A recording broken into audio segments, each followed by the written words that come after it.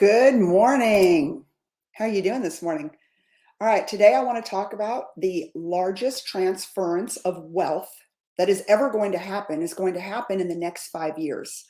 And women are going to see over $5 trillion. $5 trillion transference of wealth between, and unfortunately, or fortunately, sometimes, depending on, let me turn this phone off, depending on who you are and what you got going on in life, that is going to be because of inheritance.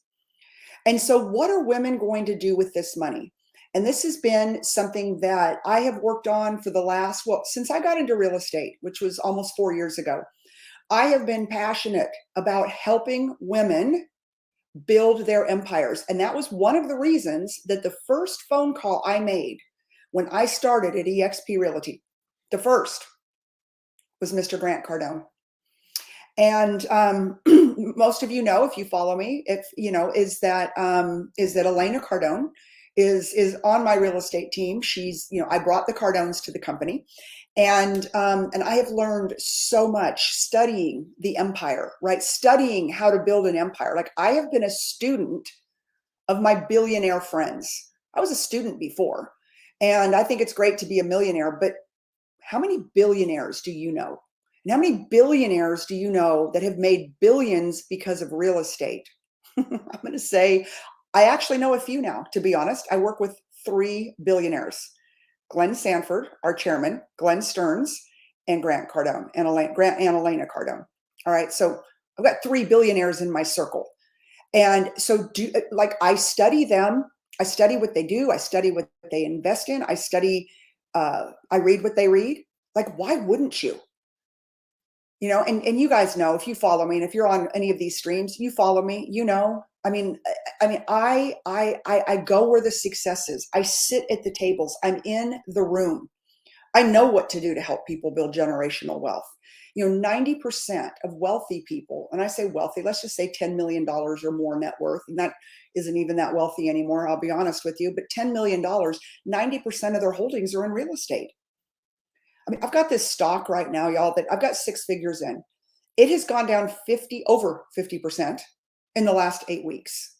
Like, that is a killer to sit and watch that stock go down. And of course, you just kick yourself. I'm like, why didn't I sell it 8 weeks ago? Why didn't I sell it when it was sitting here and now it's sitting here? Now, will it come back? Probably.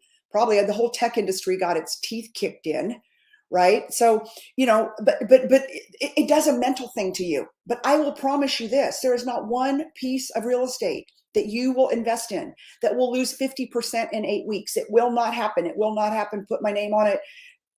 Period. It will not happen. So where do you want your money? Where do you want your assets? How do you want to build your empire? How will you build your empire so it can sustain a hit? I mean, to me, a hit, and I know I'm going to get some hate on this, but it's okay. A hit is Joe Biden as president. That's a hit. This guy's a clown. Like, this economy is a disaster. All right, that's a hit to the empire. Interest rates, inflation, stock market, property values. Like, I can go on and on and on about this administration. And this is not a political talk, so, defriend me now if you're going to defriend me. But I am just telling you right now, we have taken a hit to our empires in the last 2.5 years. But those of you that bought real estate, myself included, because I love real estate. I like to buy it. I like to get a deal. I like to buy it high. I don't care because I'm not afraid of it. Okay, but those of us that have bought real estate, we're going to be okay. We are going to be okay. Oh, I couldn't see the comments. Oh, Angie Yates. Hey, JD and Angie. Angie's a rock star in my organization. But buying real estate is the only thing that we can do to sustain, that we can do to protect our empire, no matter who the president is. Okay. I'm not going to go off on that. I promise. I really want to talk to y'all about building your empire. Real estate is the only way. Nobody has lost 50% on their real estate holdings. They've lost 50, 60, 70% in their stock accounts, in their 401ks. Money. I had a friend the other day say to me, "Oh my God, I'm getting 5.5% on my money in my bank account." I'm like, "Great. It's devaluing inflation at 18%. Woohoo!" Like, I would rather earn zero on my savings account and have inflation at 5% or 3% or whatever it used to be, then have it at 18%. And in California, it's about 22%, by the way. I look at it every day. I look at like the different cities because it's different in every city, right? Cost of goods. You go to Taco Bell now, you get 3 tacos and a Diet Coke. Okay. It's like $10. Maybe, I don't know. Maybe that's Biden's way of making us not eat Taco Bell. I'm not sure. But everything is more expensive. All right. Our job market is shit. Like, what are you going to do to protect your empire if you've got cash flow properties? Okay. My friend Grant Cardone says that we're going to be a country of renters. Well, I hope to hell that is not going to happen. But he's a smart guy. He's a billionaire. So I don't know. Who am I to say that we're not going to become a country of renters? But on my watch, my expertise, what I do for a living, I try to make everybody a property owner. Like maybe you can't afford to do it on your own. Maybe you bring in a couple of partners. But that asset is going to have some worth that in 5 or 10 years, when you need to go sell it, you're going to get depreciation. You're going to get tax benefits. You're going to get cash flow. You're going to get appreciation. So you get depreciation, meaning you get to take a percentage off, right? Off your taxes, straight off your income. You're going to get appreciation when you go to sell the property. If you paid $100,000 for it in 2023, chances are that in 2033, that property is probably worth $300,000 to $400,000. And if you do it the right way and you wrap it into a, oh my God, why am I I have not had enough coffee today. A 1031 exchange, duh. You wrap it into a 1031 and you roll it into the next property, you're not even paying taxes on it yet. Do you know that you can take an old IRA or a health savings account, an HSA, and any of your other IRAs, and you can put them into a self-directed IRA? So versus letting a fund manager put your 401k into a bunch of just crappy stocks because they're making a commission, you can self-direct it into an asset that you own. Like, come on, wake up, please wake up. And I'll be as honest as I can with you guys. I didn't know all of this. Until I started studying with my good friend, the Cardones. I didn't.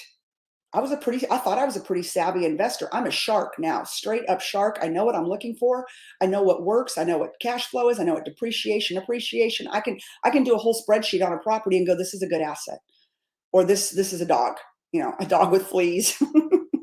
I have 2 asset classes on a bad property. There's a dog and a dog with fleas. If it's got fleas, it's never going to happen.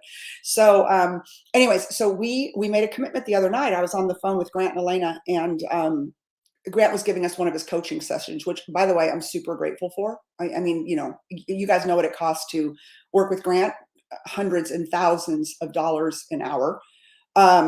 And he really, and he told us, he said, we're going to put on events geared to women, but men are invited. And we're going to do it in 2024. And we buy, you fly, meaning we're going to hold them in Austin, Texas, Scottsdale, Arizona, and Miami, Florida. So in those 2 locations, we'll hold them at the Cardone headquarters, and then we'll hold one here in Austin, Texas. And we're going to do one a month. I don't know what city yet. I don't know the dates yet. We're still trying to work through with the leadership at Cardone just to see when we're available. We're trying to get some spots here in Austin, but I can tell you we are on the road in 2024. All right. Now is the time. Real estate will always be a good investment, but during the pandemic, it was high, right? Why was it high? Why does real estate go up in value? It's one word. Can somebody put it here? No, whoever you are, I can't see who you are, but Chicago, you're going to have to come to us. Who gets us for free? You're going to have to buy an airline ticket, and you're going to have to invest to come work with us. But the reason, can someone put it in the comments why real estate just goes really quickly? All right, it's scarcity. It's straight up scarcity. So during the pandemic, right, sellers did not want to put their houses on the market, rightfully so, in certain parts of the country. They didn't want people walking through their houses.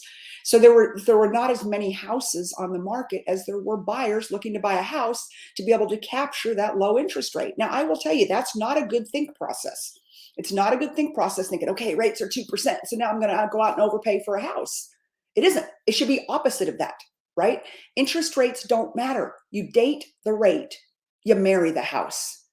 Okay, now we've got, and I'm going to speak to Texas because there are in other parts of the country, there's still some scarcity. But in Texas, in my MLS, I'll only speak to my MLS. I'm an expert.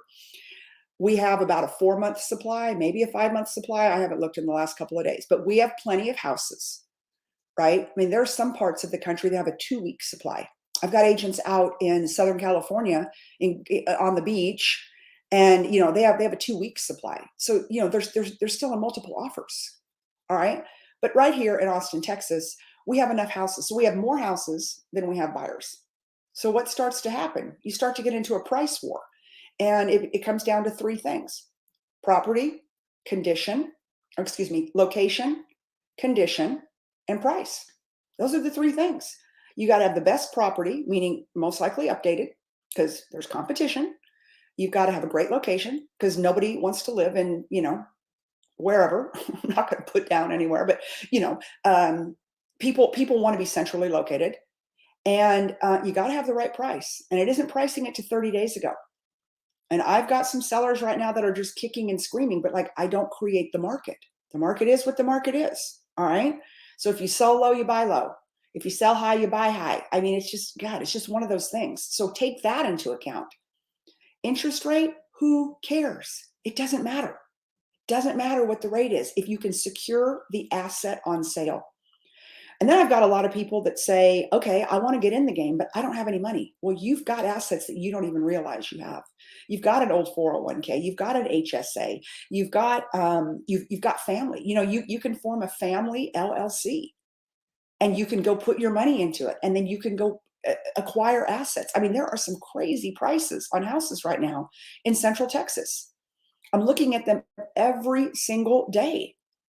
There's almost too many for me to figure out. And then I start doing spreadsheets on them. Is this a dog or is it a dog with fleas? A dog with fleas, it goes out completely. If it's a dog and it's something we can rehab, or it's something that I feel like is such an exceptional deal, we might buy a dog.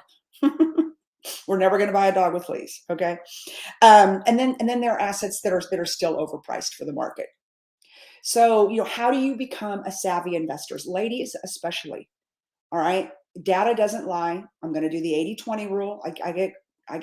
I get it sometimes from people, when I say in absolutes. I'm not speaking in absolutes. But take a 50-year-old man and a 50-year-old woman. They had the same job, they had the same career, they have the same assets. He has $1 million net worth higher than hers. Why? Not because he's smarter. It's because he's willing to take more chances. Do you know that most women over 50 years old, 90% of their assets sit in cash, minus their homestead? Take out the homestead. But the rest of their money sits in cash in a bank because that's safe. It's so safe. I can get it anytime I want to. Okay, I'm earning 5.25%. Oh my God, it's deflating at 18%. Thank you, Joe Biden. So, do we really, is that cash safe in the bank? It's not. Take that cash, roll it into real estate, find a friend, find an investor, go, a couple of you go in together and buy a house. I've got this really cool deal coming in Austin, Texas in 2024. Had lunch with the developer the other day. And one of the agents on my team, and he's going to take 5 investors at $100,000 a piece. I've already got one of the spots, so there's 4 left, and we're going to build 3 single families over in 78704, and the goal is to sell the 2 so that we can own the 3rd one free and clear. And these are 7-figure houses, okay? But it's locate, right? What did I talk about? Location, location, location. You'll never go wrong in Central Austin. Our price is down right now. Sure. Yay. I want to own in that area with prices down, because what comes down must go up. Something's going to happen. Hopefully an election in 2024. But something's going to happen, and that asset is going to appreciate. So 5 of us, that is us putting the money in for the debt, right? The equity, we call it equity, AKA down payment. We're going to put the equity in. The builder's going to build the project. And then we're going to, by the time we get done with it, we're going to own the 3rd house free and clear. And then together we're going to rent out that house, right? We're going to rent it out. We're going to split up the rent 5 ways. It's big rents when you go into Central Austin. So we're going to split up the rent for 5 ways, and we're going to hold that asset for 5 years. So let's just say we own the asset for $1.5 million. I don't know. It'll be somewhere in that market. In 5 years, that asset's going to be worth $3 million. It just is. right? And on top of the fact, we're going to take the depreciation, right? We're going to take the depreciation on it, on our tax returns, because it's a depreciation, and we're going to accelerate the depreciation. We're going to take the cash flow. We're going to split the rent 5 ways minus whatever debt is against the property or the taxes. And then we're going to benefit in 5 years from the appreciation. We're going to be able to sell it, and we're going to be able to split the profit. So, and all of that for $100,000? Are you kidding me? I lost more than that in that stock account I told you guys about. I lost more than that in 2 weeks. Boom, down. Like, kills me. I did not cash out that stock. Kills me. It's down over half now. Should have cashed it out. Literally told my husband, I need to cash this out, but I didn't need the cash. So I was like, I don't want to pay taxes on it. So dumb. So dumb. Just praying it comes back so I can dump it. So, anyways, I will never get hurt in real estate, putting money into real estate. You will never get hurt. Okay, David Prescott says, where do you feel we are on the bell curve of real estate? I don't know. I don't think anybody knows. This Fed chair, he's an idiot. I just don't, I won't get into a political talk here, but this is a shit show. And so we need some sanity about our government again, and we need some sanity when it comes to fiscal matters of this country. Narda says, how about capital gains? Well, so I'm not going to pay capital gains on that money because I'm a real estate investor. I'm going to put it into a 1031 exchange, and I'm going to roll it into my next project, right? Continue to roll, continue to roll, continue to roll. Why? Because I'm getting 2 of the benefits of that, right? I'm going to get the depreciation on my tax schedule. Okay, so that's good. And I'm going to get the monthly cash flow on the rents. So any profit we make, I'm going to throw into a 1031. So therefore, I'm delaying taxes to down the road, and I'm going to put it into another asset. I hope that answered your question, Narda. Let me see what else kind of questions you guys have. Shoot some questions in here for me. But I'm just here to tell you, like, you cannot go wrong in real estate. I like, put down the newspaper. Just put it down. Like, oh yeah, okay, good. Because interest rates are 7.5. Who cares? The only thing that drives down interest rates is trauma, right? Like 9/11, I was in the mortgage business. Oh, thanks, Leslie. I appreciate that. I was in the mortgage business during 9/11. I literally, we came back to the office, like, I think on the 13th, and I tell people I didn't go home for 3 years because all we did was refinance houses. It was insanity. All right, so that was 9/11, and then the last time I saw a huge drop in interest rates was, of course, the pandemic. Well, I don't want to go through 9/11 again, and I don't want to go through a pandemic again. So I think that we will see rates down in the 5% mark. I do. But we know that the Fed, by raising rates does not control inflation. I mean, we're living it right now. Like, what are you going to do? Quit going to Chick-fil-A? What are you going to do? Quit buying stuff? We're not going to do that as a country. We're paying way too much. Our groceries are too high. Our food is too high. Our gas is too high. I mean, our interest rates are too high. Like, I can go on and on and on about this disaster of a president that we've got, an administration. But at the end of the day, that, by the Fed raising interest rates, that isn't not going to slow down consumer spending. I can prove it over and over again. If I had a chart, I'd make a chart for you guys. That does not slow down consumer spending, right? We're Americans. Unfortunately, we're gonna put it on our credit cards, which I hate to hear. I'm very against credit cards. I'm against debt. Only debt I think you should have is mortgage debt, and maybe a car, because cars have gotten so expensive. But the credit card debt, because people are not, it now costs, $40 to take your family to Taco Bell, but is that going to slow down the mom who's working 10 hours a day, who's just trying to, get her kids home and get them fed and get them into the bath? And don't knock me about Taco Bell and moms, because I fed my kids Taco Bell when they were little. It's okay. Like, we do what we have to do to get everything done that we need to get done in a day. You single moms, or you moms out there trying to make it all happen. Okay. But, but regardless, if that Taco Bell is $20 or it's $40, if that's what she's got to do that night, that's what she's got to do. So the Feds are going to continue to raise interest rates because they think that that's going to slow down consumer spending. I mean, give me a break. But instead of, maybe, let's just use a different example. Instead of maybe her taking her family to Wendy's or to In-N-Out, because those are actually healthy hamburgers, because that's going to be $50. Now she's like, oh, I got to downgrade my kids to Taco Bell. That's probably a better example. I got to downgrade my kids to Taco Bell now. because, I can't spend $50 anymore. It used to be $35 to feed my family. I don't know. I'm just making up numbers, but you guys know what I'm talking about. It is so damn expensive to go to the grocery store now. Fast food's expensive. Restaurants are expensive. Everything is so expensive. Okay. And the Fed thinks, okay, we're going to continue to raise interest rates to slow this down. It's not ever going to slow down. So are we being told the biggest lie on planet Earth? Abso-freaking-lutely. We are. Okay. We are. Oh, let's see what everyone has to say. I get so fired up about this stuff. Good God. Do you think the market is artificially propped up propped up until after 2024 election? Republicans win, then the crash? Oh my God. Rob, come on. No. No, I do not. I don't think that there is a crash coming to this market. The economic, it isn't there. It isn't there.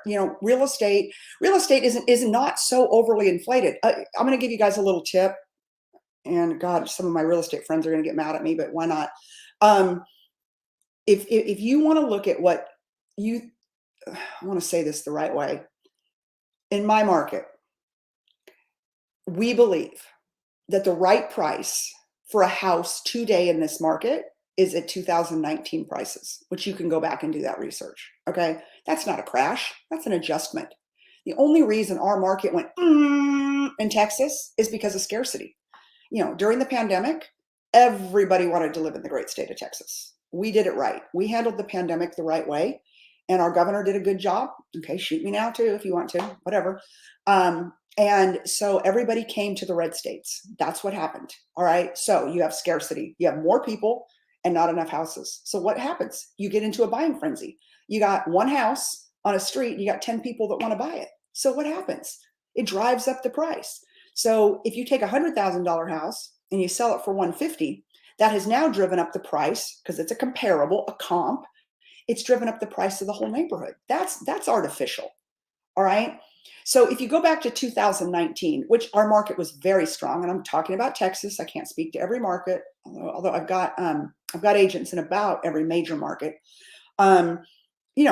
Our values are really at 2019.